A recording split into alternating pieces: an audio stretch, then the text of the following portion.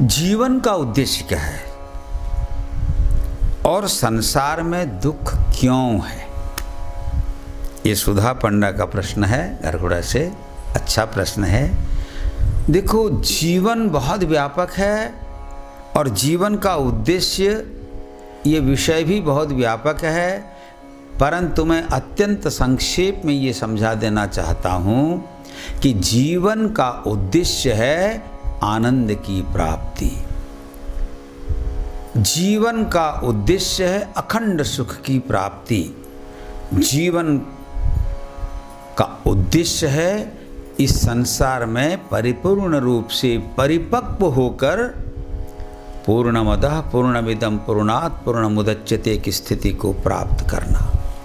अब रही बात, इस जीवन को लेकर दो तरह की विचारधाराएं संसार में हैं, एक सकारात्मक, एक नकारात्मक, एक पॉजिटिव, एक नेगेटिव। भौतिक दृष्टिकोण से अगर जीवन की कोई व्याख्या करता है और जीवन का लक्ष्य ढूंढता है तो वह केवल शब्द, स्पर्श, रूप, रस, गंध, इन विषयों में ही भ्रमित होकर रह जाता है।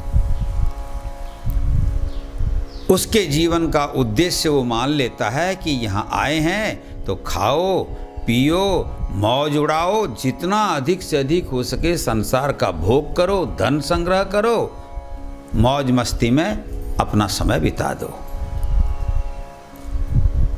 इस भाव का प्रचार करने वाले हमारे यहाँ एक बड़े दार्शनिक हुए, उनको भी हम दार्शनिक मानते हैं, चारवाक।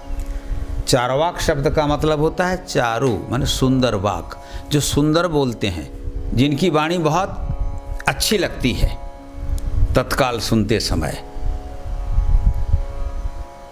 तो चारवाक का ये मत है कि यावत जीवेत सुखम जीवेत ऋणम कृत्वा घृतम पिबेत भस्मीभूतस्य देहस्य पुनरागमनागतः। अरे जब तक संसार में हो खूब खाओ, पियो, मौज उड़ाओ, और तुम्हारे पास नहीं है तो दूसरों से उधार करके भी लाओ और खा जाओ। उसके बाद तो मरना है ही, और मर जाने से उधार रह जाएगा, क्या है, कौन चुकता करता है?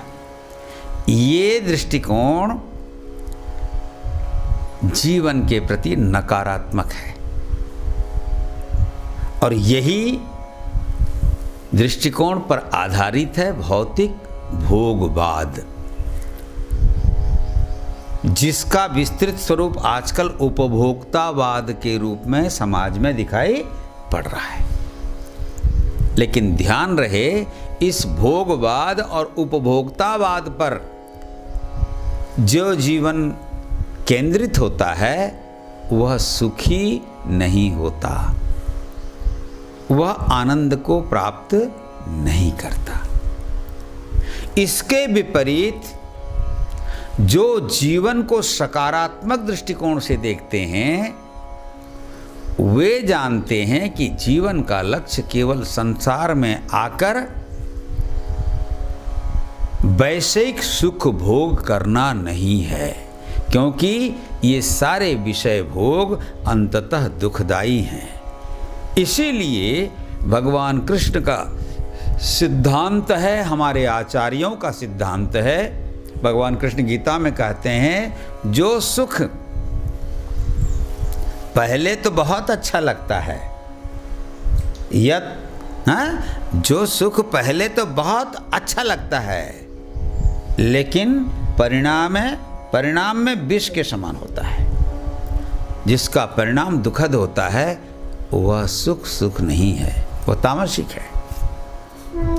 लेकिन जो पहले तो अच्छा नहीं लगता, लेकिन जिसका परिणाम अमृत के समान होता है, वही यथार्थ में सात्विक सुख है।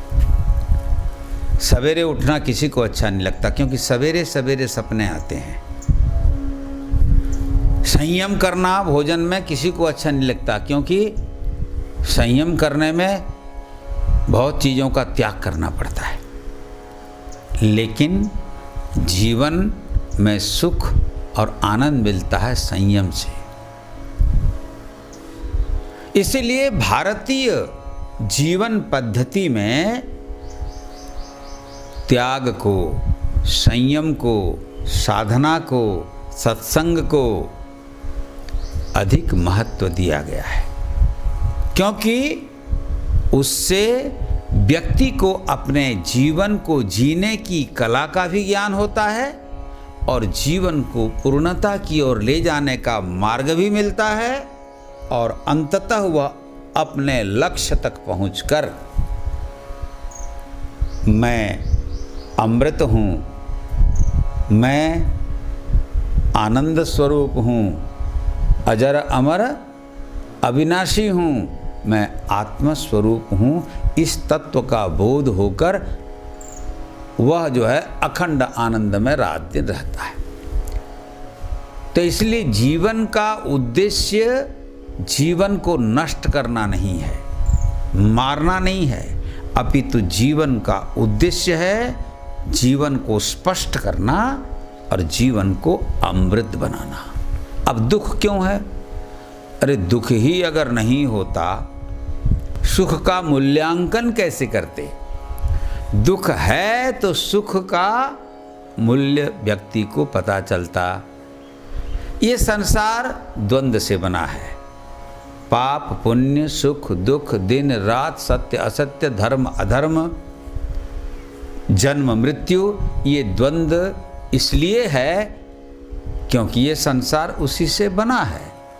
तो दुख तो है लेकिन सुख भी है, परंतु जब दुख और सुख की वास्तविकता को आप समझ जाओगे तो न कुछ दुख है और न कुछ सुख है, दोनों ही एक प्रकार की संवेदना है।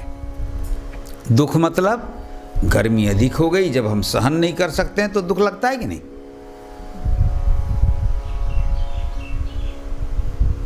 ऐसे ही जो चीज हमको बहुत अच्छी लगती है, प्यारी लगती है, उसको हम सुखकारक या सुख मान लेते हैं। ये दोनों ही मन का धर्म है, न दुनिया में कुछ दुख है न दुनिया में कुछ सुख है।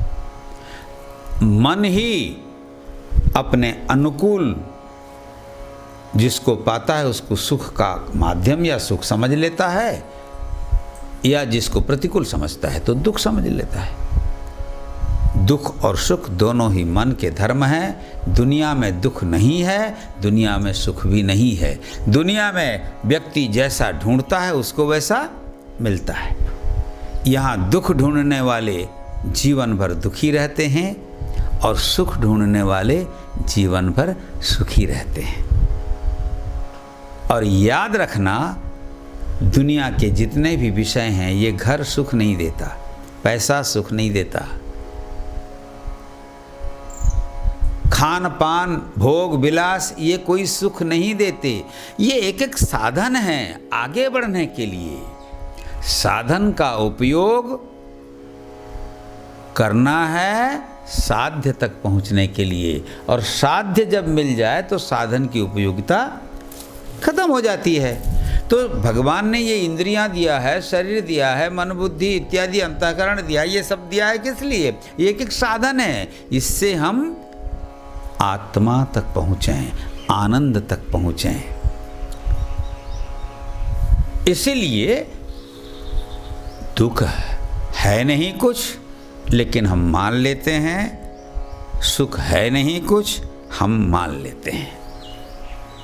दुख सुख से ऊपर उठे कोई व्यक्ति और जीवन में साक्षी भाव का विकास करे तो वह अपने जीवन के चरम एवं परम लक्ष्य तक पहुंच सकता है।